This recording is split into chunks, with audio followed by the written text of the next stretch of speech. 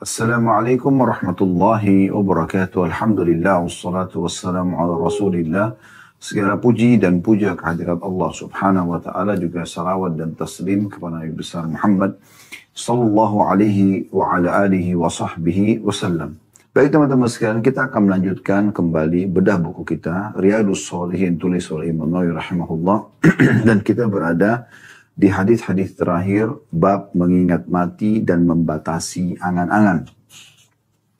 Dan bab ini adalah bab ke-65 tentunya dari kitab Riyadhus Shalihin, dan kita akan masuk ke 3 buah hadis terakhir, yaitu hadis nomor 583, 584 dan 585. Teman-teman sekalian, sebelum kita masuk ke hadis-hadis ini, kembali saya mengingatkan diri saya dan teman-teman sekalian, kalau ajal itu pasti datang, dan Allah Subhanahu wa taala mengatakan dalam firman-Nya, "Wa idza jaa ajalum la yastakhiruna sa'atan wa la yastaqdimun." Kalau ajal mereka datang maka tidak akan pernah diterlambatkan sesaat, ya, tidak akan pernah diterlambatkan ataupun dimajukan. Artinya kalau kita akan meninggal sesuai dengan ajal yang Allah sudah tentukan, maka kita akan meninggal pada saat itu, dimanapun tempatnya. Dan Nabi SAW sudah mengatakan, bila Allah ingin merenggut nyawa seorang hamba, maka di satu tempat, maka Allah membuat dia punya hajat di tempat tersebut. Kemudian Allah Subhanahu wa taala merenggut nyawanya di lokasi tersebut. Jadi jelas sekali itu bagaimana Allah Subhanahu wa taala akan mendatangkan ajal ini, dan pasti kita semua akan meninggal. Ingat teman-teman sekalian, kita bukan manusia pertama, tapi terlalu banyak manusia-manusia sebelum kita yang lebih tampan, lebih cantik, lebih pintar, lebih kaya, lebih semuanya. Dan Allah Subhanahu wa taala telah merenggut nyawa mereka. Bahkan para utusannya, yaitu para nabi-nabi dan rasul pun diwafatkan oleh Allah Subhanahu wa taala untuk kembali kepadanya, dan akhirnya semua akan dipertanggungjawabkan di hadapannya. Dan Allah sudah mengingatkan kita teman-teman sekalian, jangan lupa dalam surah Al-Mu'minun, surah nomor 23 ayat 115-nya, atau tepatnya ayat 115 yang berbunyi, "Afahasibtum annama khalaqnakum abathan wa annakum ilaina la turja'un." Apakah kalian mengira bahwasanya kami menciptakan kalian sia-sia, bermain-main saja, dan kalian tidak dikembalikan kepada kami? Artinya, pastikan kita akan kembali kepada Allah Subhanahu wa taala, dan yang kembali kepada Allah yang telah diberikan waktu umur di dunia, dan dia adalah pemenang sperma dari sekian juta atau miliaran sperma yang tadinya tertuang di rahim ibunya, sehingga akhirnya dia punya peluang besar untuk meraih rahmat Allah Subhanahu wa taala dan hidup, sehingga menikmati hidup ini baik di dunia maupun di akhirat nanti. Maka dia harus tahu dia akan bertanggung jawab di hadapan Sang Pencipta Allah. Allah akan tanyakan segala sesuatunya, dari hal yang kecil sampai hal yang besar, kenapa dia kerjakan dan kenapa dia tidak kerjakan. Dan kalau itu perbuatan baik, maka tentu dia akan mendapatkan balasan yang sempurna. Maka Allah tidak akan menzalimi dia. Wa may ya'mal mithqala dzarratin khairan yarah. Siapa yang berbuat seperti biji sawi dari kebaikan, pasti dia akan mendapatkan balasannya dan melihatnya. Dan siapapun yang berbuat keburukan, pasti sekecil apapun akan diminta pertanggungjawaban darinya dan diperlihatkan kepadanya. Wa may ya'mal mithqala dzarratin syarran yarah. Siapa berbuat seperti biji sawi dari keburukan, pasti akan diperlihatkan dan diminta pertanggungjawaban dari dia. Teman-teman sekalian, dalam bahasan kita di bab ini, tentu kita tidak berharap bab ini berlalu begitu saja tanpa ada hal yang berbekas, ya, karena ini masalah mengingat kematian, sebuah fakta yang tidak bisa kita luput darinya. Dan beruntunglah orang yang selalu mengingat ini. Bahkan Nabi SAW menjadikan mereka orang mukmin yang paling cerdas. Waktu ditanyakan kepada beliau SAW, siapakah orang mukmin yang paling cerdas? Maka beliau mengatakan, orang yang paling banyak mengingat kematian. Jadi memang mereka yang dianggap paling cerdas oleh Nabi SAW, dan juga kata Nabi SAW, dan memiliki banyak persiapan untuk itu. Memiliki banyak persiapan untuk itu. Jadi memang kita harus benar-benar engah dengan masalah ini teman-teman sekalian. Jangan terpengaruh dengan apapun casing-casing yang ada ini. Ya. Paras wajah, warna kulit, rambut, pokoknya yang fisik kita lah. Jangan juga terpengaruh dengan urusan dunia yang semua nanti hanya ditinggal begitu saja. Seperti misalnya kendaraan, harta lah, rumah, ya, pakaian, dan segala macam yang banyak orang bersaing di situ dan akhirnya membuat mereka lupa lalai terhadap hari pulangnya kepada Sang Pencipta Allah. Dan ini membuat mereka menyesal nantinya. Ya. Mereka sangat menyesal. Dan semoga Allah SWT menyelamatkan kita dari semua penyesalan itu. Dan juga disebutkan dalam sebuah riwayat yang sahih, Nabi SAW pernah melewati sebuah kuburan, kemudian beliau berkata kepada para sahabat, demi zat yang jiwaku dalam genggamannya, maksudnya demi Allah, sesungguhnya orang ini yang sedang dalam kuburan, ya, itu lebih mencintai 2 rakaat yang kalian kerjakan dibandingkan dunia dan seluruh isinya. Artinya kalau dikasih kesempatan untuk hidup, maka dia akan maksimalkan untuk beribadah kepada Allah Subhanahu wa Ta'ala. Bayangkan teman-teman sekalian kalau Allah mencabut nyawa kita, misalnya kita meninggal, ya, semoga Allah panjangkan umur kita di atas ketaatannya, Allahumma amin. Kalau kita meninggal dunia, kira-kira teman-teman, di saat Allah memberikan peluang kita untuk hidup lagi, Anda bayangkan sekarang semua itu acara kita ini, Masya Allah, ratusan bahkan mungkin ribuan orang yang mengikutinya. Coba Anda bayangkan teman-teman sekalian, di saat ini Anda meninggal dunia. Wafat. Gitu. Lalu Allah berikan Anda kesempatan kembali. Setelah Anda dimandikan, dikafani, dimasukkan ke dalam liang lahat. Ya. Kemudian di saat itu Anda sudah lihat bagaimana alam barzah, dan sudah lihat hakikat akhirat. Lalu Allah berikan kesempatan Anda untuk kembali setengah jam saja. Kira-kira apa yang akan Anda kerjakan di setengah jam itu? Coba gunakan akal sehat Anda dan hati nurani Anda. Kira-kira Anda akan lakukan apa? Apakah Anda akan meeting lagi untuk bisnis yang miliaran? Apakah Anda akan kembali ke makanan favorit, biologis dengan pasangan halal, anggaplah misalnya sama pasangan halal, bukan berzinahan, gitu kan? Atau Anda akan duduk bercengkrama dengan anak-anak, atau duduk jalan-jalan sama teman-teman? Semua itu Anda akan tepis pastinya. Berarti semua itu tidak Anda butuhkan sebenarnya. Cuma penyempurna saja, ya, pernak-perniknya kehidupan. Yang Anda butuhkan di saat Allah hidupkan lagi adalah Anda akan berusaha di setengah jam itu taubat nasuha agar betul-betul tidak ada lagi tersisa satupun dosa di timbangan atau di catatan buku dosa, ya, Anda. Dan Anda juga akan coba meminta maaf dan mengembalikan semua hak orang, dan Anda akan sedekahkan seluruh harta Anda. Anda akan sholat dengan khusyuk. Anda akan coba baca berapapun ayat Al-Quran Anda mampu. Anda akan coba berzikir kepada Allah. Semua itu yang sebenarnya ini banyak dilalaikan oleh orang. Coba bayangkan ini teman-teman. Renungi ini. Ini sebuah introspeksi diri yang kita butuhkan. Terutama bagi saya. Semoga saya bukan cuma mengucapkan, tapi saya orang pertama melaksanakan, dan juga teman-teman sekalian. Jadi jangan terpengaruh dengan casing-casing dunia. Dan kita ini pada saat meninggal dan Allah berikan kesempatan hidup, demi Allah kita akan coba berusaha mengerjakan justru amal-amal yang banyak dilalaikan oleh banyak kaum muslimin kita bicara. Ya. Dan justru yang selama ini kita sibuk mengejar jabatan, nama baik, ya, pakaian bermerek, sepatu, mobil, rumah, pasangan yang cantik, yang gagah, dan ini tidak kita butuhkan sama sekali. Kita nggak berharap lagi hidup nanti, oh saya mau menikah sama si fulan setengah jam itu. Nggak ada. Nggak mau sama sekali. Makanya dijadikan bahan renungan teman-teman sekalian. Semoga saja Allah Subhanahu wa Ta'ala betul-betul menjadikan kita orang yang selalu berzikir kepadanya, bersyukur kepadanya, dan juga Allah berikan umur kita di atas ketaatan. Karena kata Nabi SAW, sebaik-baik manusia adalah yang Allah panjangkan umurnya dan juga baik amalnya. Semoga kita termasuk ini insyaAllah. Allahumma amin. Baik, kita akan masuk teman-teman sekalian ke hadis 583. Saya akan bacakan, berbunyi dari Abu Hurairah radhiyallahu anhu bahwa Rasulullah sallallahu alaihi wasallam bersabda, "Badiru bil a'mali sab'an. Hal tantadhiruna illa faqran munsiya aw ginan mutghiya aw maradan mufsida aw haraman mufannida aw mautan mujhiza aw ad-dajjala fa syarru ghaibin yuntadhar." أو الساعة والساعة adha wa amar. Artinya bersegeralah kalian beramal sebelum datang 7 perkara. Kalian tidaklah menunggu kecuali kemiskinan yang membuat lupa. Ini 1. Atau kekayaan yang membuat sombong. 2. Atau sakit yang merusak. 3.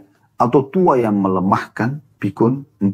Atau kematian yang cepat tiba-tiba. 5. Atau dajjal yang merupakan seburuk-buruk yang dinantikan, ya. Atau ya, kiamat, dan kiamat itu lebih memilukan dan lebih pahit. Jadi ini perlu diperhatikan baik-baik. Jangan sampai kita luput dari masalah-masalah seperti ini. Jadi kita coba korek mutiara daripada hadis ini, ya. Walaupun sebelumnya mungkin perlu kita tambahkan sedikit informasi, ya.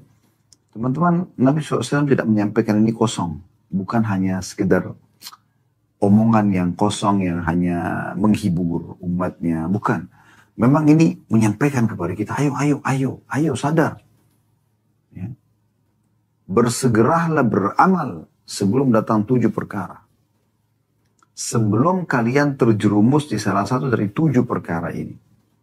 Karena kalau sudah salah satunya datang, apalagi sampai bergabung 2-3 permasalahan atau 2 perkara ini atau 2-3 perkara ini dalam kehidupan seseorang, itu akan lebih rumit bagi dia, akan lebih sulit bagi dia, gitu kan? Sampai tidak ada peluang lagi untuk beramal. Lalu kemudian Nabi SAW sebutkanlah satu persatu daripada 7 perkara yang akan kita rincikan insya Allah. Baik, kita coba ambil itu penjelasan globalnya, ya, tambahan informasi. Semoga hadits ini lebih kita bisa fahami dan renungi sama-sama. Jadi bukan hanya masuk telinga kanan, keluar telinga kiri. Tapi bagaimana kita betul-betul merenungi, oh ini ada pesan. Tidak usah lihat saya yang menyampaikan. Tapi bagaimana hadits ini Allah sampaikan ke telinga Anda, ya, di siang hari ini. Atau mungkin nanti yang memutar siaran ulang di saat Anda mendengarkannya. Allah lah yang menginginkan Anda mendengarkan ini. Tinggal Anda engah menjadikannya sebagai sebuah peringatan, nasihat atau wasiat dari Allah SWT, ya, tanpa harus melihat siapa yang menyampaikan, tapi isinya. Oh, ternyata Allah sedang mengirimkan peringatan kepada saya cuma melalui si fulan ini, kan gitu. Pelajaran pertama dari hadis adalah harusnya atau pentingnya seorang mukmin bersegera dalam bertaubat dan bersegera dalam beramal soleh. Jadi 2 hal itu dari mutiara yang pertama. Bersegera dalam bertaubat dari dosa-dosa masa lalu dan bersegera dalam beramal saleh. Jangan pernah tunda taubat, jangan pernah tunda amal saleh. Nah ini mutiara yang pertama dari hadis. Diambil dari potongan sabda Nabi SAW, badiru bil a'mali sab'an. Badiru artinya segera. Ya, lari, cepat. Jangan pernah terlambat, jangan pernah sia-siakan. Dengan amal-amal saleh. Amal saleh maksud pertama adalah taubat dulu dari dosa-dosa kita masa lalu. Kemudian juga sibuk mengisi waktu-waktu yang tersisa dengan amal saleh. Ini penting. Ya. Dan ini keputusannya di tangan kita masing-masing, teman-teman sekalian. Saya hanya bisa teriak-teriak seperti ini, menyampaikan. Tapi semua keputusan di tangan Anda. Anda mau nggak? Mau nggak menjadi orang yang lebih baik, lebih soleh dan solehah? Meninggalkan semua masa-masa lalu yang penuh dengan keburukan. Jangan pernah mengatakan masa lalu ke masa itu, oh itu kenangan indah. Dusta. Ya, itu penipuan diri sendiri.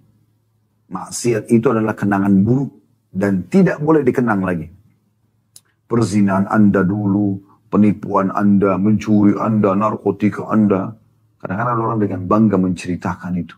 Sambil mengatakan, dulu saya juga sudah pernah lalui semuanya. Apa manfaatnya dia membanggakan itu? Tidak ada manfaat sama sekali gitu. Seakan-akan dia mau tunjukkan, oh saya dulu justru waktu bermaksiat itu hebat. Gitu kan. Nggak sama sekali. Jangan pernah bangga dengan dosa-dosa. Para salafus salih, ya terutama dari kalangan sahabat, dari kalangan tabi'in, ridwanullah alaihim, mereka itu justru menyesali masa lalunya dan mereka coba berusaha tutupi gitu, ya. Dan menyesal kenapa kok bisa sampai dulu melakukannya. Terus mereka sesali seumur hidup mereka. Dan ini yang diharapkan dari setiap orang mukmin. Mereka bertobat dari dosa-dosa mereka di masa lalu dan terus menyesali sepanjang hidup supaya tidak terjerumus lagi. Kemudian juga mereka dari sisi lain langsung sibukkan diri dengan amal soleh. Tidak pakai tunggu.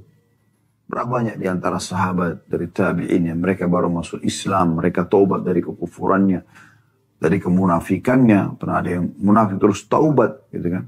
Akhirnya mereka ikut berperang, berjihad, berdakwah di jalan Allah Subhanahu wa taala. Ya. Begitu juga dengan mereka meninggalkan semua dosa-dosa dan mereka segera sibukkan diri dengan amal saleh. Ini mutiara yang pertama. Mutiara yang kedua dari hadis yang bisa diambil adalah peringatan pertama Nabi SAW, yaitu hal tantadruna illa faqran munsia, apakah kalian menunggu kefakiran yang membuat lupa? Nah, ini mutiara yang kedua dari hadis. Jadi jangan sampai kalian tunggu miskin, bangkrut, lalu kemudian pada saat itu kalian cuma sibuk untuk memikirkan bagaimana memakan sesuap makanan. Di saat Anda masih punya pekerjaan sekarang, walaupun pekerjaannya cuma sebagai staf biasa, ya, di sebuah perusahaan, tapi Anda punya income, Anda bisa menghidupi diri Anda dan keluarga Anda, juga anak-anak yang Allah amanahkan. Maksimalkan pada saat itu. Maksimalkan dengan ibadah, sedekah, ya. Maksimalkan dengan ibadah. Karena ini kalau sampai datang ke kemiskinan yang betul-betul membuat lupa karena sudah tidak bisa lagi berbuat apa-apa, harus mencari sesuatu makan. Semoga Allah selamatkan kita dari sini. Maka di saat itu sudah sulit orang beribadah. Sulit orang beribadah. Mutiara yang ketiga adalah peringatan yang kedua dari Nabi SAW. Auginan mutghiyah, atau kalian menunggu nanti kaya yang membuat sombong.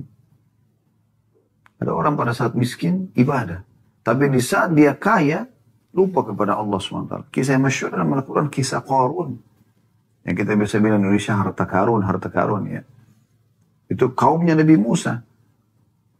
Waktu miskin taat beribadah. Begitu dia kaya, Allah bukain pintu kekayaan. Dia malah sombong, malah kufur. Tidak mau membayar zakat, tidak mau patuh pada Nabi Musa dan syariat Allah Subhanahu wa ta'ala. Dan justru dia bersinergi dengan Fir'aun untuk mencelakakan Musa AS. Akhirnya Allah tenggelamkan dengan harta-hartanya semua. Kaya yang membuat lupa. Gitu kan. Apakah ini ditunggu? Tunggu sampai kaya raya, akhirnya membuat lalai, ya. Masuklah dia ke alam-alam orang-orang kaya yang jauh dari agama, misalnya dengan mabuk-mabukan, ya, dengan berzina, dengan judi dan seterusnya.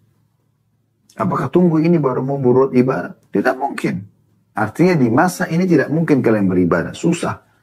Kalau sampai harta itu sudah memunculkan kesombongan karena terlalu banyak dan berlimpah. Mutiara yang keempat dari hadis ini, pesan ketiga dari Nabi SAW, au maradan mufsida, atau penyakit yang merusak, stroke tiba-tiba. Tabrakan, pingsan, ya, atau geger otak, atau naudzubillah datangnya kanker, tumor. Penyakit-penyakit yang tidak pernah orang sangka sebelumnya.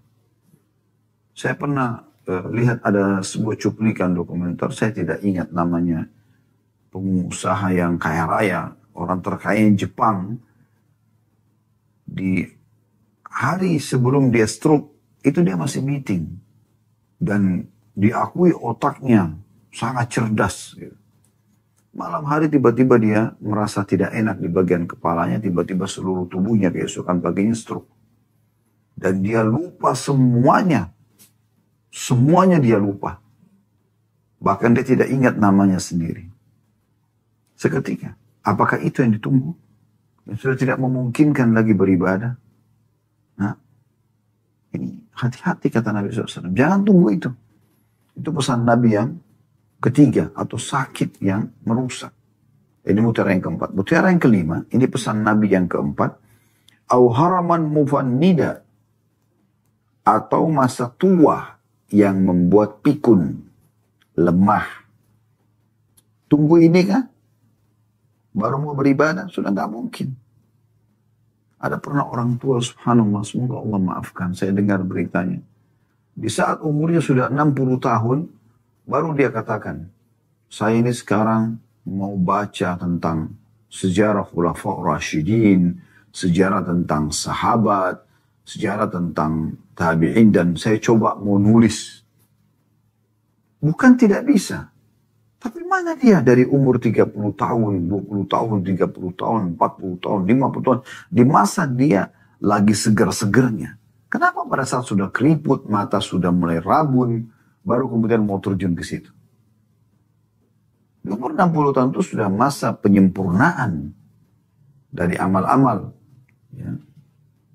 Apa yang sudah dia kerjakan sebelumnya. Apakah tunggu ini? Masa tua yang membuat pikun atau yang membuat lemah. Matanya sudah lemah, pendengarannya sudah lemah. Ya. Fisiknya sudah lemah. Kenapa enggak umroh dan haji di saat kuat? Kenapa di saat sudah lemah? Kenapa semua ini? Kenapa disia-siakan gitu? Kemudian mutiara yang keenam adalah peringatan yang kelima dari Nabi SAW, au mautan mujhiza, atau mati yang tiba-tiba datang. Anda kalau ketik di Google, di YouTube, mati tiba-tiba misalnya, atau kematian tiba-tiba, banyak cuplikannya itu. Orang lagi ngomong tiba-tiba jatuh. Ya. Saya dapat beberapa cuplikan dari teman-teman di Saudi kemarin ngirim ke kami di WA. Ada beberapa cuplikan orang yang anak-anak lagi bermain tiba-tiba jatuh. Tidak ada apa-apa, nggak kebentur, nggak apa, meninggal.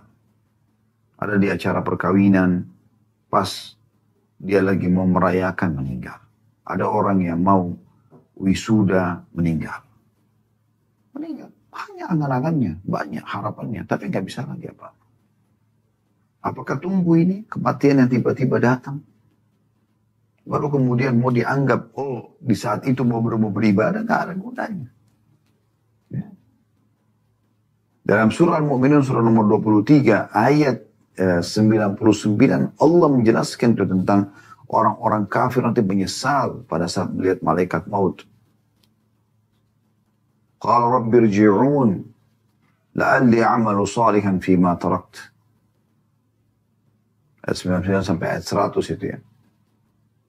Orang-orang kafir akan mengatakan, wahai Tuhanku, untuk setiap malaikat maut, kembalikanlah aku ke dunia ini. Ya, untuk apa? Untuk makan lagi? Untuk kumpul sama keluarga? Enggak. La'alli a'malu salihan fima tarakt. Semoga saja aku bisa kerjakan amal salih yang telah aku tinggalkan. Lalu Allah mengatakan, kalla innaha kalimatun huwa qailuha. Tidak akan pernah terjadi itu. Itu cuma perkataan yang diucapkan saja. Wa min waraihim barzakhun ila yaumi yub'atsun, dan di antara mereka pada saat itu ada barzah, ada dinding pemisah, tidak bisa lagi berkontak sama dunia sama sekali, walaupun mereka dikubur di dunia, di bumi ini maksudnya. Mereka tidak bisa lagi memperbanyak amal soleh mereka. Menyesal. Kalau orang mati dihidupkan sekarang, nyesal-nyesal kenapa dia tidak pernah memaksimalkan kerja ibadah. Kenapa dulu nggak puasa, kenapa nggak baca Quran, kenapa nggak zikir, kenapa nggak sholat malam, kenapa nggak sholat duha, kenapa nggak sholat berjamaah di masjid. Anda bayangkan kalau Anda lagi di ruangan ICU, lagi di bantu pernafasan, Anda cuma bisa dengarkan hayya 'alas shalah, hayya salat, hayya 'alal falah, yang menuju kepada kemenangan. Ya. Tapi Anda tidak bisa buat apa-apa. Di saat itu Anda membayangkan semua orang miskin yang telah Anda sia-siakan. Anda berusaha mau bicara sama keluarga, sudah nggak bisa. Karena di titik di mana malaikat maut akan mencabut ruh Anda. Di saat itu Anda berharap semua uang yang ada di tabungan Anda akan sedekahkan. Tapi sudah tidak ada gunanya. Nggak bisa lagi. Saat Anda menghembuskan nafas terakhir, maka sudah menjadi hak ahli waris. Karena kan sia-sia kalau seandainya Anda tidak menginfakkan di masa hidup Anda. Itulah diambil dari potongan sabda Nabi SAW. Siapa yang lebih senang hartanya dia kelola, ya, siapa yang lebih senang dia mengelola hartanya sendiri atau dikelola oleh ahli warisnya? Kata para sahabat, ya Rasulullah, tidak ada seorang pun di antara kami kecuali berharap dia mengelola hartanya. Kata Nabi SAW, yang kalian infakkan semasa hidup itu yang kalian kelola. Karena kalian akan bawa ke sana, ke akhirat. Dan yang kalian tabung, itulah harta ahli waris. Karena mereka akan panen nanti. Nah ini penting. Ya. Hati-hati sekali. Kemudian, mutiara yang ketujuh, dan ini peringatan Nabi SAW yang keenam, awid dajjal fasyarru ghaibin yuntawar, atau dajjal, seburuk-buruk gaib yang ditunggu. Dajjal dari kata-kata dajjalah, artinya kekacauan, figur yang Allah sudah gambarkan dari anak Adam yang akan keluar membuat kerusakan di muka bumi. Ya. Pendukung syaitan. Dan kita dianjurkan sebagai seorang muslim selalu membaca sebelum salam setiap sholat wajib ataupun sunnah. Wa'udzubika min syarri fitnatil masih dajjal. Dan aku berlindung kepadamu dari keburukan fitnah yang masih dajjal. Di masa dia keluar, sulit sekali orang untuk bisa beribadah. Ya, karena dia akan, kata Nabi SAW, tidak ada tempat pun di muka bumi ini kecuali dia akan lalui. Dia pasti akan lalui. Cuma memang, ya, orang-orang yang beriman kepadanya akan makmur. Negeri mereka akan makmur. Badan mereka akan sehat. Fitnah Allah berikan. Maksudnya cobaan di sini. Fitnah bermakna cobaan. Dan wilayah-wilayah yang tidak beriman kepada dia sebagai Tuhan, maka akan peceklik di saat ditinggalkan oleh Dajjal. Apakah tunggu masa itu? Di mana Nabi SAW mengatakan, kalau kalian dengar Dajjal keluar di satu lokasi, jauhlah, menjauhlah. Walaupun kalian harus menyelamatkan diri kalian dan keluarga kalian ke atas gunung. Dan jangan seseorang di antara kalian berkata, sesungguhnya imanku kuat dan aku akan menghadapinya. Itu tidak bisa. Tapi kalau kalian sedang bertemu dengan Dajjal, maka kokohkanlah telapak kaki kalian. Maksudnya tetap dengan keimanan kalian. Mutiara yang ke-8, dan ini perkara yang ketujuh yang diingatkan Nabi SAW, awis sa'at. Awis sa'atu was-sa'atu adha wa amr. Atau kalian tunggu hari kiamat. Hari kiamat itu jauh lebih sulit dan jauh lebih pahit. Tunggu nanti kebangkitan hari kiamat baru menyesal-nyesal. Gak bakal bisa kembali ke dunia ini. Tidak usah bicara teman-teman hari kiamat terlalu jauh, subhanallah. Beberapa detik yang lalu nih, misal contoh, sholat duhur tadi. Baru berapa waktu lalu kita kerjakan. Ya. Kalau ada orang yang belum sholat duhur, tadi di awal waktu, dan dia baru mau sholat sekarang. Beda panahnya dengan orang sholat di awal waktu, karena Nabi SAW amal yang paling Allah cintai di awal waktu.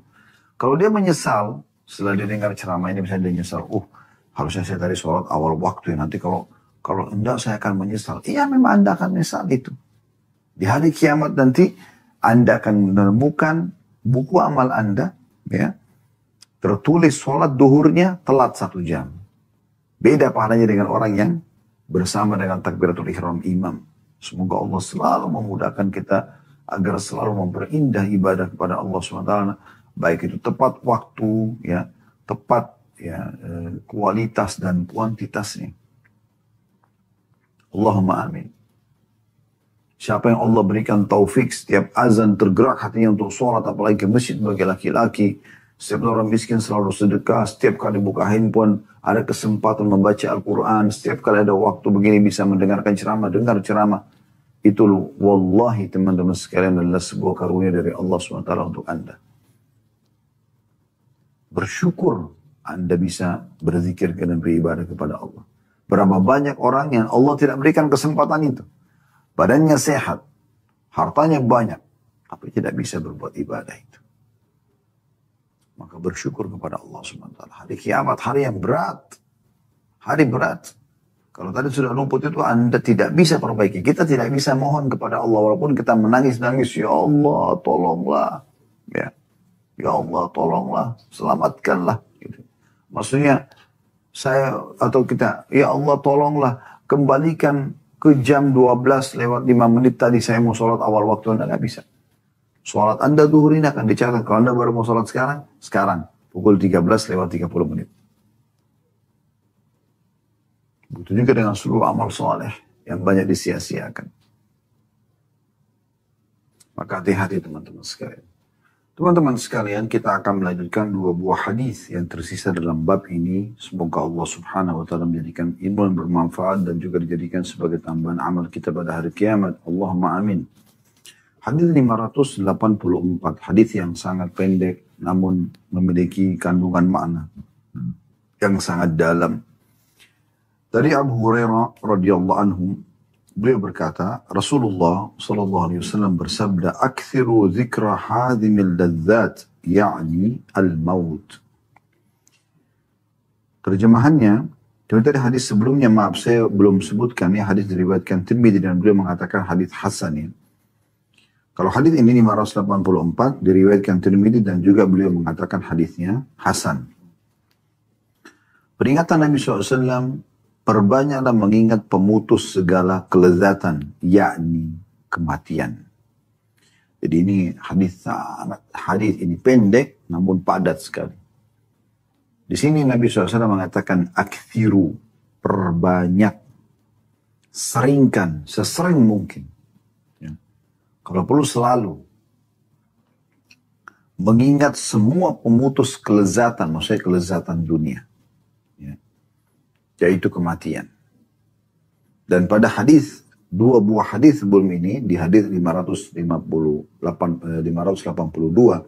bagaimana digambarkan Nabi SAW pernah membuat kotak, membuat garis, yang menggambarkan adalah ajal yang bisa meliputi kehidupan manusia setiap saat. Dan ini garis yang keluar dari kotak itu adalah angan-angan manusia, gitu kan. Ini angan-angan manusia kadang-kadang melampaui ya, batas ajal dia, sehingga akhirnya dia lupa gitu. Beruntunglah orang-orang teman-teman sekalian yang selalu aja sibuk dengan amal soleh. Subhanallah, saya terharu dengan beberapa orang, mungkin kehidupannya miskin. Salah satunya adalah ada satu orang yang menjaga musola di sebelah kantor kami. Saya pribadi gitu melihat, ya, ini kacamata saya pribadi. Orang ini saya tanya, Bapak ada kerjaan lain selama ini? Tidak. Saya memang dari masjid ke masjid atau ke musola gitu. Jaga itu. Dan dia hidup di situ. Dikasih gaji dia terima, nggak dikasih gaji juga dia tidak tuntut itu. Walaupun alhamdulillah kami sudah tentukan masalah gaji, tapi saya lihat orang ini subuh saya datang ke musola itu, ada beliau, duhur, ada, asar, maghrib, isya, 5 waktu sholat. Dia yang paparkan sejadah buat jemaah, dia yang nyalakan mikrofonnya, dia yang nyalakan AC-nya, dia yang azan, dia yang iqamah. Dan kalau habis sholat subuh tuh dia berzikir, dia baca Al-Quran, atau di antara azan dan iqamah dia berdoa. Masya Allah, saya melihat dengan kacamata saya, bahagia benar orang ini sebenarnya gitu. Jadi dia sadar atau tidak sadar, dia sedang berada di satu gerbong kereta yang kalau dia meninggal, dia udah aman nih. Karena sholat 5 waktu saja, dia yang memanggil orang untuk sholat, dia baca Quran, dia zikir. Dari satu sisi juga gajinya sudah ada untuk dia bisa ya hidup dari situ. Tentu saya bukan mengatakan ayo kita rame-rame menjadi marbot masjid, tidak. Tapi saya melihat orang ini mau menyelamatkan dirinya. Gitu. Mau menyelamatkan dirinya. Sehingga hal yang positif ya, yang dia dapatkan. Kebahagiaan dunia, kebahagiaan akhirat. Tidak terlalu sibuk dengan hirup-hirupnya dunia ini. Ya terlalu banyak permasalahan-permasalahan di luar sana. Dia lepas daripada itu. Saya bahkan tanya, Bapak tidur di mana? Tidur di musola ini. Tidak ada kamar khusus karena memang kecil tempatnya. Tidur di situ. Tiap bulan terima gaji dia kirimkan kepada keluarganya. Dan subhanallah setiap kali saya tanya, bagaimana Pak? Cukup nggak? Alhamdulillah. Alhamdulillah. Selalu alhamdulillah. Masya Allah. Saya seperti Allah perlihatkan ahli surga depan mata saya gitu. Karena depan mata jelas, ya. Orang kalau beriman dan beramal soleh akan selamat. Walaupun secara dunia mungkin tidak dikenal oleh orang-orang. Berapa banyak orang yang dikenal di dunia, masyhur, tapi tidak ada manfaat buat dia di akhirat. Wanaudzubillah. Kalau ada orang yang Allah berikan dia di dunia, dia bisa meninggikan martabatnya, namun di akhirat juga dia selalu saja tinggi kedudukannya, alhamdulillah. Itu satu karunia yang luar biasa. Teman-teman sekalian, dari hadis ini kita ambil pelajaran bagaimana Nabi SAW mengingatkan umatnya agar selalu mengingat pemutus semua kelezatan, yaitu kematian, atau mengingat kematian lah tepatnya. Dan Nabi SAW menyampaikan berita gembira kepada kita semua. Asal memang beriman dan beramal saleh. Pada saat beliau sakit keras dan akan wafat, SAW, sempat ya beberapa sahabat menangis di masjid. Karena khawatir Nabi meninggal, sudah sakit keras, dan pada saat itu umur beliau sudah 63 tahun, SAW. Maka beliau pun keluar, kemudian berusaha semampu mungkin beliau naik di mimbar, lalu bersabda kepada para sahabat. Di antara wasiat beliau mengatakan, wahai sekalian manusia, jangan kalian bersedih, karena pertemuan kita yang sebenarnya adalah nanti di haudku, di telagaku. Tapi bagaimana caranya kita bisa ya minum dari haud Nabi alaihi salatu wassalam kalau kita sendiri tidak pernah mengikuti ajaran beliau, tidak pernah memurnikan ajaran beliau, tidak pernah memperjuangkan dan mendakwakan ajaran beliau sallallahu alaihi wasallam. Menjadi orang soleh dan soleh itu indah, teman-teman sekalian. Indah sekali. Tutup aurat, makan yang halal, azan, sholat, kesempatan puasa, jangankan waktu baca Quran, dengarkan ilmu. Indah itu. Kenapa Anda tidak mau? Kenapa malah sebaliknya gitu? Sibuk dengan hal-hal yang tidak ada manfaatnya.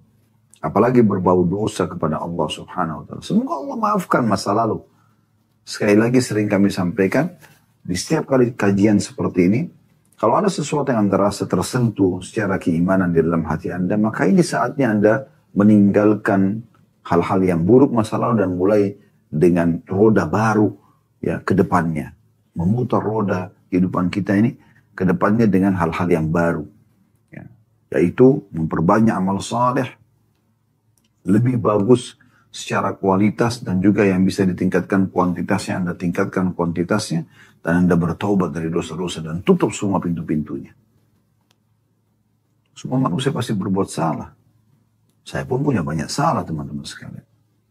Mungkin bahkan dosa saya lebih baik daripada Anda, Allahu a'lam, kita tidak tahu.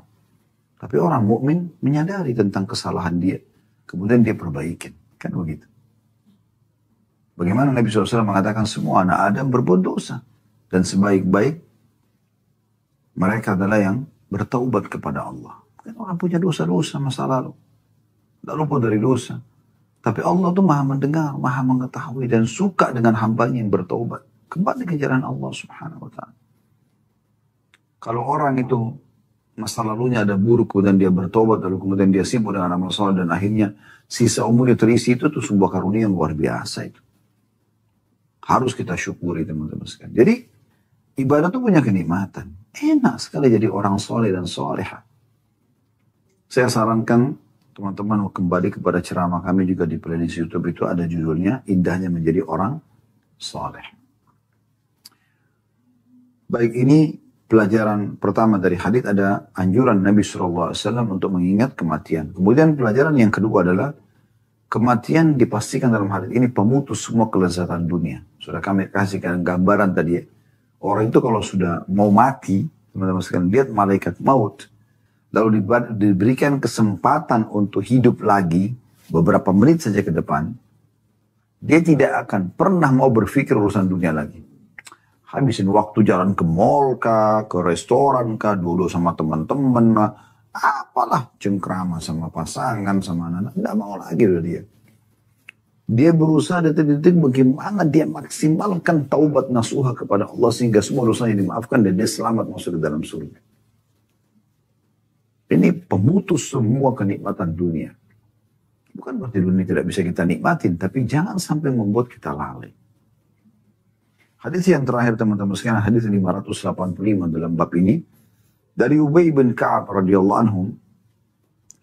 Karena Rasulullah sallallahu alaihi wasallam idza dhahaba thuluthul laili qam faqala ya ayuhan nas udhkurullah ja'atir rajifah tatba'uha ar-radifah ja'al mautu bima fihi ja'al mautu bima fihi qultu ya Rasulullah إني أكثر الصلاة عليك فكم أجعل لك من صلاتي فقال ما شئت قلت الربع قال ما شئت فإن زدت فهو خير لك قلت فالنصف قال ما شئت فإن زدت فهو خير لك قلت فالثلثين قال ما شئت فإن زدت فهو خير لك قلت أجعل لك صلاتي كلها قال إذا تكفى همك ويكفر لك ذنبك. Hadis ini hadis yang hasan diriwayatkan oleh Tirmidzi. Terjemahannya kata Ubay bin Ka'ab radhiyallahu anhu bahwa apabila sepertiga malam telah berlalu atau tersisa sepertiga malam Rasulullah SAW bangun dari tidurnya. Lalu beliau bersabda, wahai manusia berzikirlah kepada Allah. Telah datang rajifah atau tiupan sangkakala pertama. Yang diikuti oleh radifah, tiupan sangkakala. Radifah, ya, tiupan sangkakala yang kedua. Kematian datang dengan segala kesulitannya. Kematian datang dengan segala kesulitannya. Dua kali Nabi ulangi SAW. Lalu saya berkata, kata Ubay bin Ka'ab, wahai Rasulullah. Sesungguhnya saya ingin memperbanyak bersalawat untuk Anda. Saya di antara amal yang saya mau fokus nih adalah bersalawat kepada Anda. Lalu berapa bagiankah dari doa salawatku yang saya jadikan untuk Anda? Maka beliau sallallahu alaihi wasallam bersabda, terserah kamu. Dia mengatakan seperempat, beliau mengatakan terserah kamu. Kalau kamu menambahkannya itu lebih baik bagimu. Lalu saya berkata lagi, setengahkah? Maka beliau sallallahu alaihi wasallam bersabda, terserah kamu. Kalau kamu menambahkannya itu jauh lebih baik untukmu. Saya berkata 2/3 kah? Maka kata Nabi sallallahu alaihi wasallam, terserah kamu. Kalau kamu menambahkannya itu lebih baik bagimu. Saya berkata lagi, saya jadikan seluruh doa salawatku untuk Anda. Maka beliau sallallahu alaihi wasallam bersabda, jika demikian maka kepentinganmu dicukupi dan dosa-dosamu akan diampuni. Ini hadis terakhir dalam bab ke-65 masalah ya, anjuran untuk mengingat kematian ya, dan membatasi angan-angan. Baik, hadis ini teman-teman sekalian secara global ya, maknanya adalah Nabi SAW selalu digambarkan oleh Ka'ab radhiyallahu anhu bangun sholat malam. Artinya bisa dikatakan tidak pernah luput satu malam pun tanpa sholat malam ya sallallahu alaihi wasallam. Ada sebuah riwayat disebutkan tentang sholat malam Nabi SAW oleh Ummul Mukminin Aisyah radhiyallahu anha. Jangan kalian tinggalkan sholat malam karena Nabi SAW tidak pernah meninggalkan sholat malam. Kalaupun beliau dalam kondisi sakit atau lagi malas, beliau kerjakan walaupun dalam kondisi duduk. Dan kata Nabi SAW dalam hadis lain, syaraful mu'min, ya, qiyamuhu. Jadi kemuliaan seorang mukmin itu justru pada saat dia bangun sholat malam. Jadi di sini penting sekali untuk diperhatikan oleh setiap mukmin, gitu kan? Ini kebiasaan Nabi SAW. Beliau selalu kalau tertinggal sepertiga malam pasti bangun sholat malam. Tidak cukup di situ. Siapapun yang beliau temui beliau ingatkan. Ingat, sangkakala pertama akan ditiup. Gak lama lagi nih kiamat. Dan setelah itu akan ada ya tiupan yang kedua. Tiupan yang pertama itu kan penghancuran semuanya. Hancur semua ada di muka bumi ini. Di langit dan di bumi ini, kecuali yang Allah izinkan. Sebenarnya Allah jelaskan dalam Al-Quran, "Munfiqa bisuri fasa'iqa man fis samawati wal ard illa man Allah." Ditiup sangkakala yang pertama, maka semua yang di langit dan di bumi akan mati kecuali yang Allah inginkan. Jadi di sini adalah sebagian ulama ada yang mengatakan pemikul arsy Allah, ya, para bidadari dan bidadari yang ada di surga, gitu kan, ada yang Allah kecualikan lah. Kemudian setelah itu kata Nabi SAW, tertiup lagi tiupan yang kedua. Setelah rajifah datang radifah. Ya. Tiupan yang kedua ini adalah untuk membangkitkan dan diminta pertanggungjawaban. Gitu kan? Nah, setelah itu, teman-teman sekalian, Nabi SAW mengatakan, ingat hati-hati dengan kematian dan seluruh kesulitannya.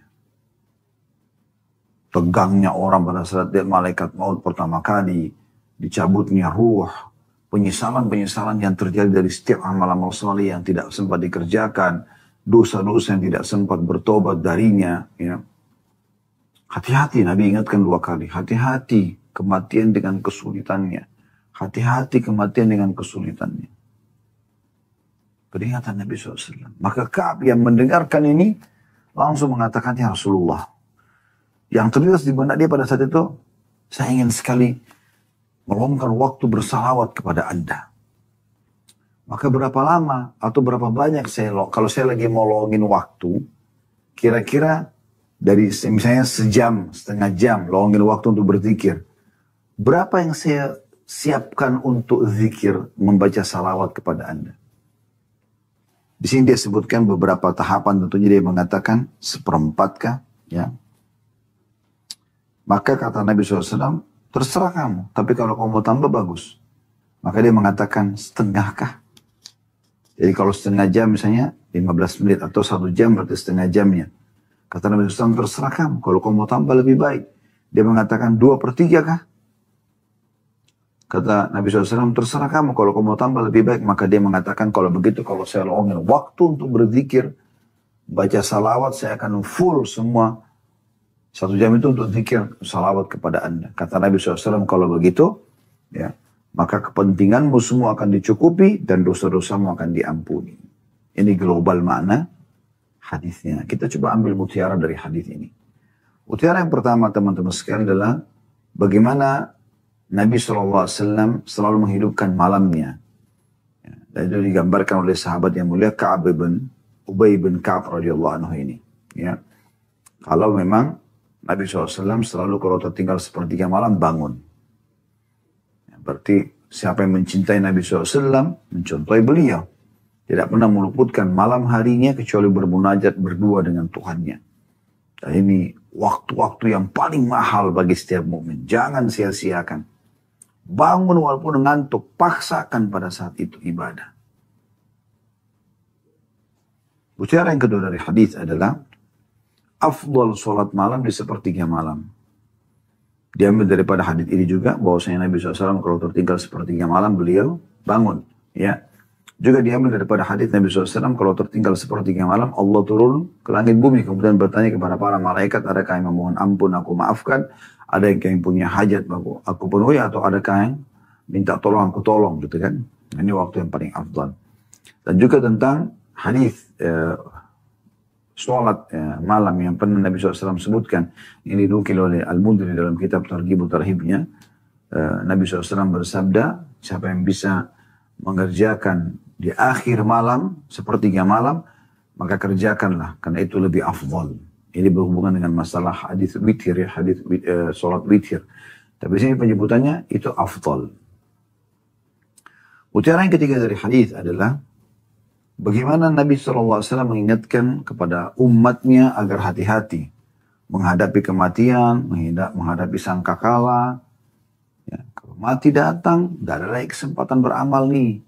Kalau sudah tutup sangkakala, tidak ada lagi kesempatan beramal. Hati-hati, hati-hati diingatkan. Hati-hati, Nabi ingatkan. Kalau gambaran dari hadits Ubay bin Ka'ab ini, hampir setiap malam Nabi SAW kalau bangun, ya, karena kan tadi dijelaskan tiap malam Nabi SAW bangun ini, ya, dan berarti setiap malam juga itu beliau ingatkan ini. Hati-hati tiupan sangkakala yang pertama. Dimusnahkan semua. Sangkakala kedua bangkitan, hati-hati dengan kematian dan kesulitannya. Artinya, kalau mau selamat dari sekarang nih, mumpung kamu hidup, berdoa kepada Allah, beramal saleh, bertobat dari dosa-dosa. Lakukan ini segera. Segera, jangan ditunda. Detik ini taubat dari semua dosa Anda. Berubah menjadi orang yang baik, orang yang saleh dan saleh. Tidak usah peduli dengan perkataan orang. Segera taubat dari kesalahan-kesalahan kita. Segera sibukkan diri dengan amal-amal soleh ke depan. Kalau sudah sibuk dengan amal soleh, tingkatkan kualitasnya. Dan tingkatkan kuantitas kalau yang boleh ditambah kuantitasnya. Seperti misalnya sholat malam. Biasanya Anda cuma baca sholat 2 rakaat. Anda sekarang sholat jadi 4 rakaat. Kalau biasanya 4 rakaat Anda jadikan 8 rakaat misalnya. Sampai hanya sempurna 11 rakaat dengan witirnya misalnya. Kalau Anda biasa sholat cuma baca 2-3 ayat, 1 rakaat, sekarang Anda bisa baca 5-6 ayat, 10 ayat, 100 ayat. Nah ini kan ditingkatkan. Begitu juga dengan ibadah-ibadah sunnah yang lain yang bisa ditingkatkan secara syar'i kuantitasnya. Ini penting untuk dilakukan. Dan selamatkan dirimu, hai muslim. Selamatkan dirimu, hai muslimah. Keputusan di tanganmu sendiri. Allah berfirman, Inna Allah la yughayyiru ma biqaumin hatta yughayyiru ma bi anfusihim. Allah tidak akan mengubah nasib satu kaum sampai mereka mengubah nasib mereka sendiri. Mutiara yang keempat adalah adanya anjuran untuk memperbanyak salawat kepada Nabi SAW. Luangkan waktu teman-teman untuk baca salawat kepada Nabi SAW. Jadikan ini sebagai zikir rutin. Minimal sekali 10 kali pagi dan 10 kali sore. Yang biasa dimasukkan dalam zikir pagi petang. Ya. Dan Nabi SAW mengatakan siapa membaca salawat padaku 10 kali pagi dan 10 kali sore, maka dia akan mendapatkan syafaat pada hari kiamat. Ini minimal. Kalau Anda bisa baca lebih daripada itu silahkan. Anda baca memperbanyak salawat pada Nabi SAW. Ini penting. Ya. Karena memang keutamanya luar biasa. Sampai waktu Ubay bin Ka'ab mengatakan, ya Rasulullah, pada saat beliau minta saran Nabi, kira-kira berapa banyak waktu saya luangkan untuk berzikir bersalawat kepada Anda di saat saya mau luangkan waktu berzikir. Beliau sebutkan kan, 1/4 kah? Nabi SAW mengatakan, boleh, tapi kalau kau tambah lebih bagus. 1/2 kah? Boleh, tapi lebih bagus kalau kau tambah. 3/4 kah? Boleh, tapi lebih bagus kalau kau tambah. Kalau gitu ya Rasulullah, di saat saya luangkan waktu, saya langsung salawat kepada Anda selalu. Kata Nabi SAW, kalau begitu, dipenuhi semua kebutuhanmu, dan diampuni dosa. Ini keutamaan salawat yang luar biasa. Dari sekian banyak keutamaan, salawat kepada Nabi SAW.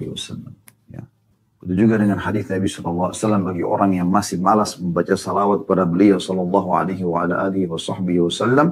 beliau mengatakan, ragama anfumri'in, sungguh terhina seseorang itu. Sebenarnya kalau letter-letternya ini, hidungnya seseorang itu tertempelkan ke tanah.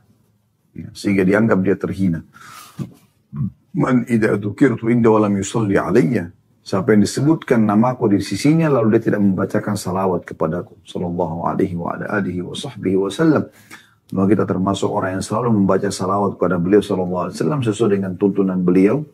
Sallallahu alaihi wa alihi wa sahbihi wasallam. Subhanakallahumma bihamdika asyhadu an la ilaha illa anta astaghfiruka wa atubu ilaik. Assalamualaikum warahmatullahi wabarakatuh.